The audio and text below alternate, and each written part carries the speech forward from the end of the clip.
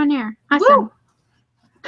Hey guys, this was supposed to be happening on Tuesday, but instead it's happening today. But this is an episode of Betwixt the Books Discuss. Today we are going to be discussing book guilt or reader's guilt. So we're going to be talking about all of the things we feel guilty about when it comes to which books we choose, which books we don't choose, when we need to review something, etc., etc.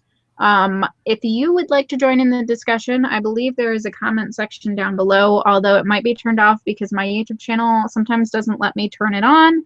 If that is the case, please tweet at us with hashtag BTBDiscuss. And you can tweet at us at Pied Piper Calls and at ADKWriter15. The links for our Twitters are down in the description, so if you need to have some sort of reference, that is there. Once we have finished this entire discussion, usually we talk for about half an hour. I will put an eye up above and you can watch our other discussions, or if it has already finished and you're not catching us live, hi, that's fine. Talk in the comments because they do show up after the video stops. And we do read those. Yeah, we do, and we comment and all of that stuff. Also, hi, all of you new folks that are super new, like a third of our subscriber base. Thank you, Amanda. Yeah, I know, right? Hiatus and cried. I believe the actual text I got from Michaela was like, you know, one of those action tags. It was just chokes on tea and a picture of our subscriber count. So that was super cool. Also, sorry that I'm super washed out. There's a fluorescent light right here. But other than that, I'm like in the darkness like a Sith Lord. So I'm going for washed out as opposed to Sith Lord. Yeah, so I guess where we should start is... Do you want to start with what your most guilty book is at the moment, or like the book you feel the most guilty about, or do you want to start by talking about what makes you feel guilty? I can do guilty book because I recently... So if you haven't seen our 30 Seconds to Disagree, Michaela's on Kelly Link's Get in Trouble, you should watch that because I got Kelly Link's collection of short stories, Get in Trouble, from Taylor, one of our bibliomancers, at the beginning of last semester. So we're talking like I've had this for over 6 months, and he wanted me to read it, and he tagged things. He's like, you really need to read this. And I only just finished that book like a couple of days ago. And so that was like the one thing where it was literally getting to the point where I'm pretty sure even Taylor and I both thought that it wasn't funny anymore. And it was just like, please give me my book back. And I felt so bad, but I've been so busy that I didn't read it. And so now that's finally off my plate, and I feel so much better about it because I immediately gave it to him back to him, even though I haven't even reviewed it yet. I was just like, no, here's your book. That review will come out. Take it. And so right now, the book that I'm feeling most guilty about is A Tale for the Time Being by Ruth Ozeki, which I am supposed to have had read like weeks ago. But the buddy read that we did happened right in the middle of the worst possible time for me. And so I'm only getting to it now. I actually had to re-get it from the library. But I am 62 pages into it, and I am liking it, but accentuating circumstances kind of derailed the plan that I had to have that read. But, you know, I'm for multiple people, I'm supposed to have that read. So that's the book right now that I'm like, uh-oh, Piscadio. I'm going to be slightly different in my answer because there aren't a lot of books that I have borrowed from people that I don't prioritize, like, first, because I hate that guilt that Gretchen's talking about, where like somebody gives you their book and it gets to the point where they're like, so you can give me my book back? Did you read it yet? Because they were so excited enough about that book to give it to you in the first place. I'm going to talk about a book I feel guilty about because thanks for making me feel even worse. Oh my god, I love you. I felt so bad. I know. I hate that feeling. But you had school stuff. It's fine. I'm going to talk about Cloud Atlas because this is a book that I really want to read. Like, I keep picking it up and putting it on TBRs and being like, I'm going to read this. I'm going to read it. And then I just don't. And I feel so bad for this book because I know I'm going to like it and I just don't pick it up. And like I feel better for me now because I think last month we were talking about how you really wanted to have that read because Taylor and Michaela and I all are going to read the book for a discussion. I think we all agreed. And so she was like, I want to read this now. And Taylor and I were like, we can't do that. And so Michaela was like, well, I'll just read it and then we can all do it again later. And I was like, okay. So I feel better. Yeah, I haven't read it yet. It's fine. And it's not even that I haven't had time to read because I've read other things. I just keep being like, oh yeah, I want to read that. And then I just don't. So I feel bad for the book because I know I like it. And like, I know that I'm going to like it so much that I bought another book by this author. I have another book by this author out from the library. So I'm like, I haven't even read any of this. Why am I doing this? So yeah, that's happening. And that's the thing I feel most guilty about right now. It's like, what? All right. So those are two things that make us feel guilty. Borrowing a book from somebody and taking forever to read it to the point that they're like, yo, give me my book back. And also wanting to read something really bad and just keep having to push it for some reason or another. Lady Midnight. Oh. It's my copy of Lady Midnight is right up here. I'm not just reaching towards God. Lady Midnight is God. Kind of feels like that right now. Mm-hmm. Anyways, I would definitely also say that one of my biggest bookish guilts is books that I know I'm supposed to read for review that I haven't gotten to. And this kind of guilt was really my own fault, but it's also why I stopped blogging back in 2012 for a really long time, because I had accepted so many books for review and underestimated how much time college was going to suck out of my life, and also just like how exhausting the kind of pace that I was keeping up was, because I think at the time I was reviewing 3 or 4 books a week, and it was just absurd. And so I still have this gigantic backlog of arcs that I accepted and then never got to it. I feel really bad about that. And so like I have authors emailing me right now about wanting to do features, and I'm just like, I can promo you, I can do an interview, I can do all this stuff, but like I can't read right now because I hate feeling like this person is depending upon me to read their book and like expecting me to help them advertise it, and I've said that I will and then I can't. And that's like bad personally and bad professionally as well. So like not a thing that I'm even getting to right now.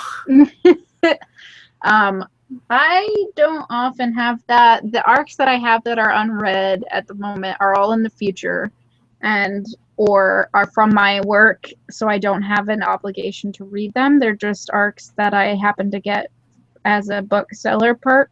And actually one of them I have is because my boss went to the ALA meeting in Boston, and she got a bunch of arcs that she has in our circulation office. So if we want any of those, we can also grab them and read them and either bring them back or keep them or whatever. She doesn't really care. So they're like just books I can have that I have no obligation to read. So I haven't had that guilt, but also I have more of I'm not gonna request something that will make me feel guilty type thing, because I like know where my limit is and how many arcs I can read. I do now. Yeah, you do now, but you didn't. Little 18-year-old Gretchen was like, I want all the books.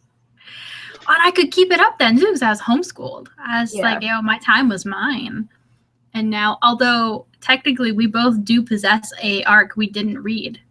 Oh, that's true. Yeah. Oh, I forgot about that. Oh, no. Surprise. Maybe you'll see that book someday and we'll be really apologetic about it. I should probably add that to the list of things I need to read soon. Gonna do that. So I didn't even think about that when I've completely forgotten about it at this point, and that's a problem. Sorry, that book. I was excited about it. I want to talk about books by people that you really like trust, either they're your friends or books by people like YouTubers that you follow for a long time that you buy because like they make it sound so good, and then everybody's reading it, and then you still haven't read it and you feel like kind of left out and bad about that fact, because I do that a lot.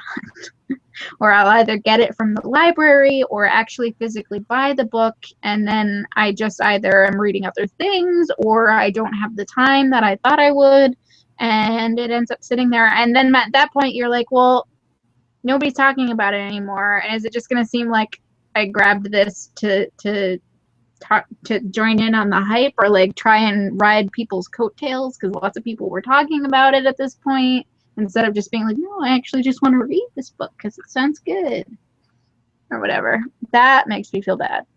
And both for the book itself, because I feel like I'm then not going to want to read it, but also for like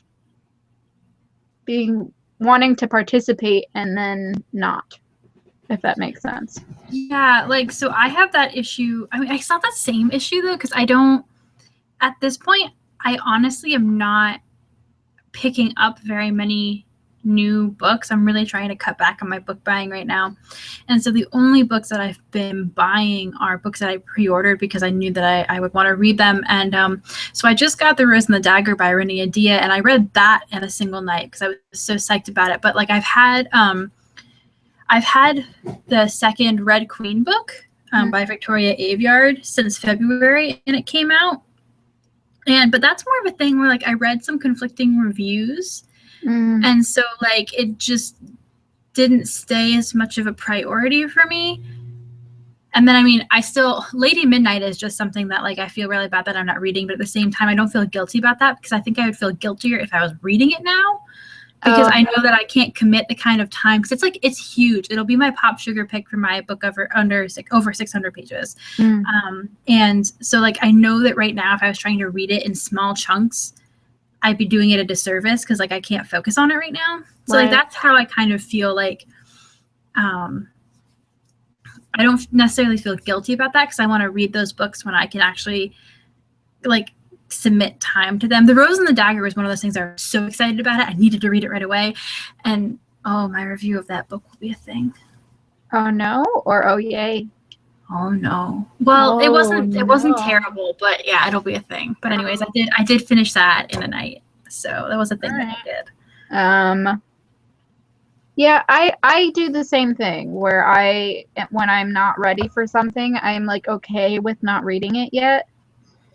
It's when I am ready for something and I'm still not reading it for some reason or another that I. But I just feel like if that's not the book that you say yes, that one, like then you obviously like there's something about you that isn't ready for it, or you're just not really feeling it. Yeah. And it would be more of a disservice because I mean I honestly feel that way sometimes with like books that we're reading for things that we're planning, and I'm just like I'm slogging through it, and I just feel like if I had waited for this to come more naturally, then I might have enjoyed the book more. But like, and sometimes I get surprised, like, with Station 11, I was like, oh my gosh, like, I didn't want to pick this up because I knew I had to read it, and I hate being told I have to read things. But I was like, oh, this is really good. And I'm the same thing with Tale of Time Being. I'm like, oh, this is so annoying to have to fit this into my schedule right now, but I'm really enjoying it. But unless it's like that extra step that makes me really enjoy it, I feel like I'm honestly like guilty about forcing myself to read it, but I'd be guiltier about not forcing myself to read it because like we have things to do. You would feel guilty because you haven't finished the thing that we had scheduled, and it's more of a guilt towards me than it is a guilt about the reading of it, right? Disappointing Michaela is one of the sadder things in life, and unfortunately with this thing I do it often because I'm just like as my life is out of control. Do you feel guilty with negative reviews is another thing that I would want to do, and I say that most of the time I don't have negative reviews. I feel like my negative reviews are indifferent reviews where I was like, here's a book. It's like, it takes a fair amount for me to be like, that was bad. Like, it's happened, but it takes a fair amount. And usually when it gets to that point, I don't feel guilty about it because it was bad. I'm trying to think. I don't think that I've given a book that wasn't one that we did for like book club a negative review in a really long time, like a really negative review. I I think I might have done something like kind of negative with Monique and the Mango Rain. So that wasn't because of the way the book was written. It was because of a lot of unaddressed white privilege. But because I mean, like when I was blogging really heavily before college, it got to the point where I was reading so much that I felt like pleasure every time I did a bad review, because I was just like, oh my god, this is so bad, and I'm so frustrated that I read this, and I'm just gonna like tell it how it is. And I was just not like pleasure, but just like frustration about reading like so many bad books in a row, because I was like reading an absurd amount, and getting these books and requesting books that I think that I knew like I would probably dislike, and then did just I was like but like I mean they sounded interesting, you know, but I was like there was no discerning eye. It was like if I had heard about it vaguely before, I was like mine.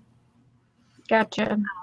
Because I could do that. So but see, I think I was way more of a pickier, and maybe even still am way more of a pickier reader than you in some aspects. Like you are very genre focused, like you stay inside your home genre, and while I go all over the place, I do very carefully curate the books that I get through listening and reading reviews and all of that things. I'm usually pretty good about knowing whether I'm gonna like it or not.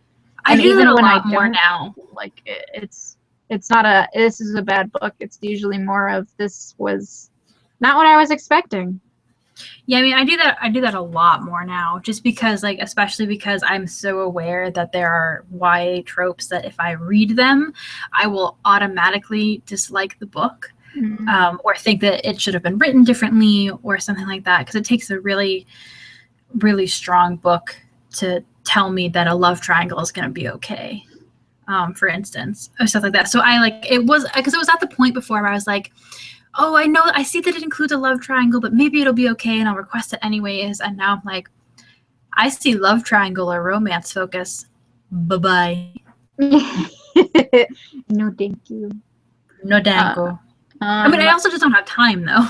Yeah, no, I mean, that's fair. I definitely am one of those people where if I'm not liking a book, either because I'm not feeling it at the moment or because I'm legitimately not liking it, I'm at the point now where I think I'll just put the book down and like I'm not even going to finish it. There is a sort of guilt as a blogger and a reviewer to finish books because you want to be able to talk about them. And we talked about DNFing books in another discussion, which I'll link at the end of this. But there's not enough time in my life to be reading books I don't like. I think because we talked about this again, and like I generally try not to DNF books, but like I think that my guilt as generally a reader, because like I feel like if I don't finish a book, then I have a misinformed opinion, because maybe at the end like this thing that was frustrating me had a reason, or it got better in the second half, because a lot of books do get better in the second half. It is a trend of like books that aren't as strong. Like the second half are generally, hopefully, stronger. So like unless I find something completely irreadable, I keep going. And then like, I mean, my honest review is my honest review. I hopefully will never be that person that's just like, this is annoying and the author is terrible and everything is awful. And I'm just like, this kind of bugged me. I think I've done that once, and I didn't feel sorry about it because I was just like, this is frightening and I'm not going to stand for this. Which I think is valid. So I'm looking at my shelves right now, and staring me in the face is something that has made me feel guilty for a while now, since the book came out. The third book in the Miss Peregrine's Home for Peculiar Children series has come out, and I read the first book, and while it was not what I was expecting from it, I didn't hate it. It was interesting, and I enjoyed it. I read the second book, and I was like, I don't know, and I didn't like this one as much. There were moments in it that I liked, and the third one has come out, and that's the last one, and it's the one to complete the set, and I'm like, do I just get the book and read it to complete the set, even though I'm not super excited about it? Is that something to feel guilty about? Like, not the not the not reading it, but the reading it just to complete the set. You're not reading it for like the love of the book. I don't know though, because I think that if you're committed to finishing the set in that way and even thinking about it, there must be something there that you feel like you would want to spend the time on, and especially to spend the money on, to have bought the book. Like, there, even if you weren't thrilled by it, there must have been something there that you're interested in resolving, I guess, or interested in seeing again. So I think that that's just a thing of like a book that was okay. Like, I did a top 10 series I can't believe I haven't finished a while ago, and then a companion video that was top 10 series I will never finish, because again, when I stopped blogging, I dropped a lot of series, just dropped them out of the sky, and returning to those was really a question of, did I read these to begin with because I just wanted to review them and people were talking about them, or did I read them and enjoy them and now want to continue? And so like there was a huge list of series that I was either just like, I either have to like power through these because I've read like, or I have to just let them go. And I think that like making those two lists was a really interesting question of what I was valuing or what I wanted to let go of. And I'm not guilty about that top 10 series I will never finish list. That's because that's just the truth. Yeah. And the top 10 series I want to finish, I won't be finishing them anytime soon, but like there's something there that I want to return to. And I think that definitely that is sort of on the list of things that I should finish, because I am still looking at it. And when I culled my bookcase of a lot of the YA books that I didn't like but were still there or aren't going to read because they don't interest me anymore at this point in my life, I left those there. So there is something about that story that I found interesting and enjoyed. And now it's just a matter of whether I buy the hardcover, because I bought the hardcover of the other two. I think I actually pre-ordered the other two when they were coming out because they looked so interesting to me. And now I'm sort of dragging my feet on this last one. But then again, will I read it? Because I mean, the question is then, will I read it? Period. Because there are other things I'm more excited about, right? Something I do when I'm not sure that I want to finish book series is I wait for to see if those books will come out through like Book Outlet, where you can get them for like $1 to $5. Because I'll pick them up if they're that cheap, or like in the sale section of Barnes and Noble or something, or Amazon.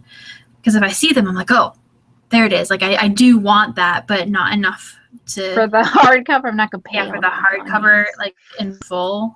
Yeah. And I mean, I do use books a lot, so I could probably see if I can find a used version of it somewhere. But yeah. So yes, that was another thing that I wanted to talk about. And then there was one more and I'm blanking on it. Do you have anything else that you feel guilty about that you wanted to talk about?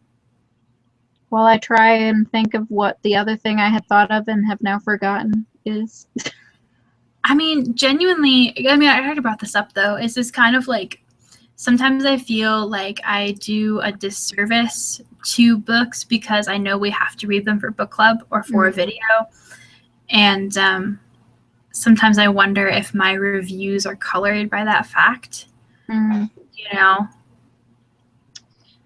I can see that. I definitely have in the past pushed through a book that I didn't want to be reading at the time because we had to read it for book club. I'm going to specifically say the beginning of this year, when it was like 3 or 4 fantasy books in a row, and like my tolerance for fantasy was so low.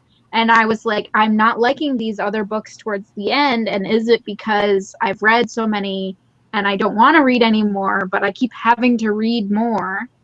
And I have that reaction to well, specifically, I think it can be either your or Taylor's picks, but like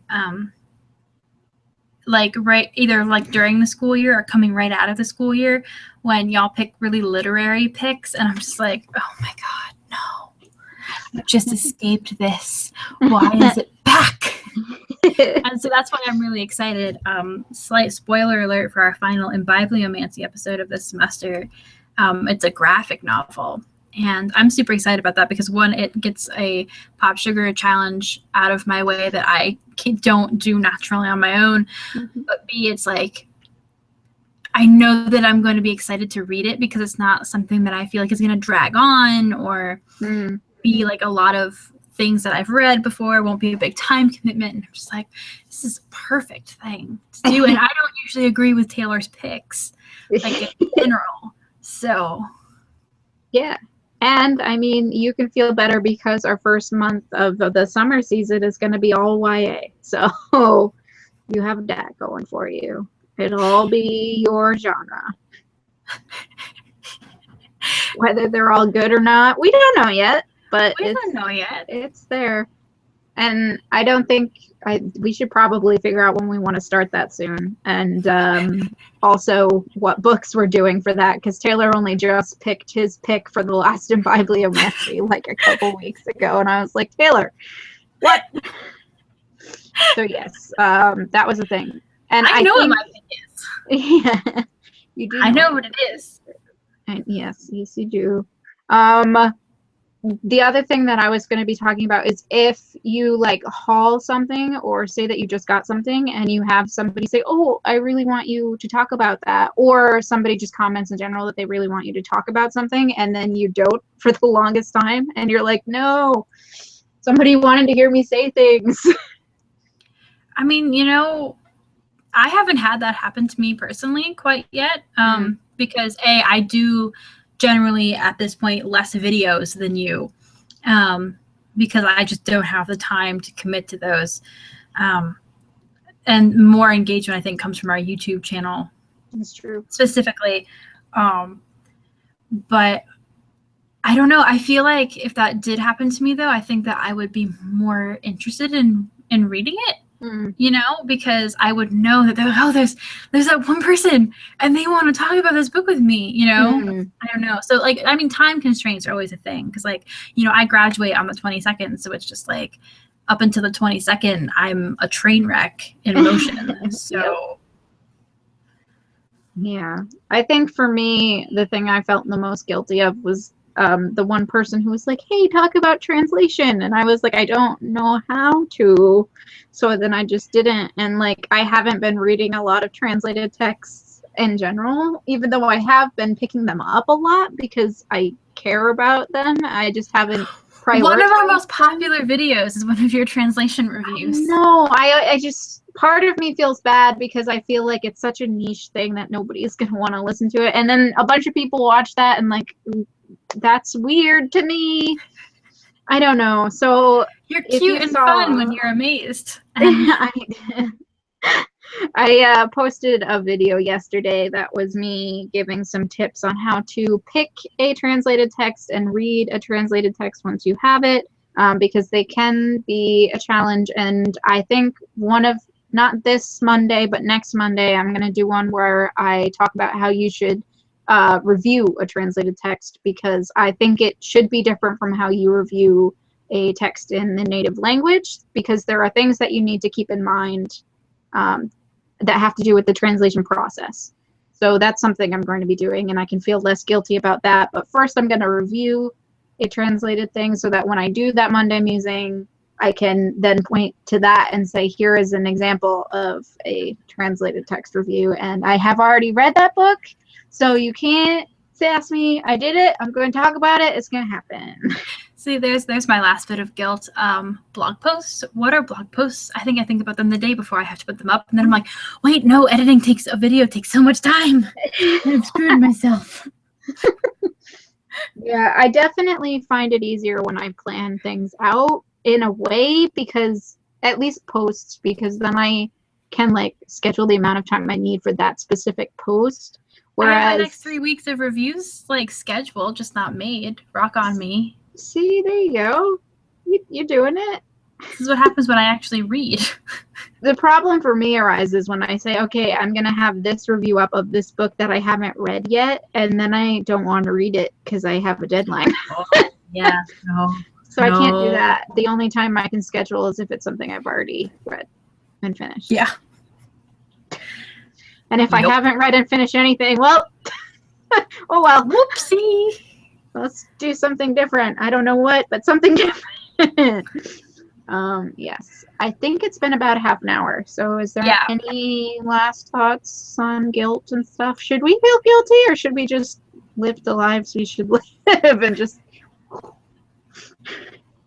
Yeah, and I mean, if you are either like obviously watching this live or if you're watching this, recorded later, tell us what we missed. If there's something we should be feeling guilty about or something you feel guilty about that, we didn't mention, tell us, because it's more than likely that we actually do feel guilty about that thing, but forgot to mention it because we were talking about other things we're guilty about. So guilty about all the things. Guilty about all the things. Anxiety all the time. Yeah. So that's it. Again, comment down below, keep the conversation going. We try and do these once a month-ish, where we do just a live discussion for about half an hour. It's sort of a laid-back, more video style. We don't have to edit it, which is nice, and it also is just like us chatting, and you get banter and our giggling and stuff that usually gets edited out of like things like our wrap-ups and such. So I hope that you enjoyed this. If you would like to watch other discussions, I will link a playlist up above because, again, a lot of you are new and you might not have seen those when they came out. Yeah, also look forward to stuff because May, I think, is going to be a good month for me. I don't know about you because you're graduating and it's finals time and everything. It's going to be a terrible month for Gretchen. Head shake. Slow head shake. Yeah. Well, I'll try and pick up some of the slack that's happening because you have papers to write and stuff. It's no problem. Unless it is a problem because I'm working all of the hours. But whatever. We'll do our best. No guilt. All the guilt. Yeah. All the guilt. Yes. So that's it. And we'll see you guys tomorrow when we do our wrap up. And that'll be it. Bye-bye. Where'd my mouse go? I need to stop the broadcast.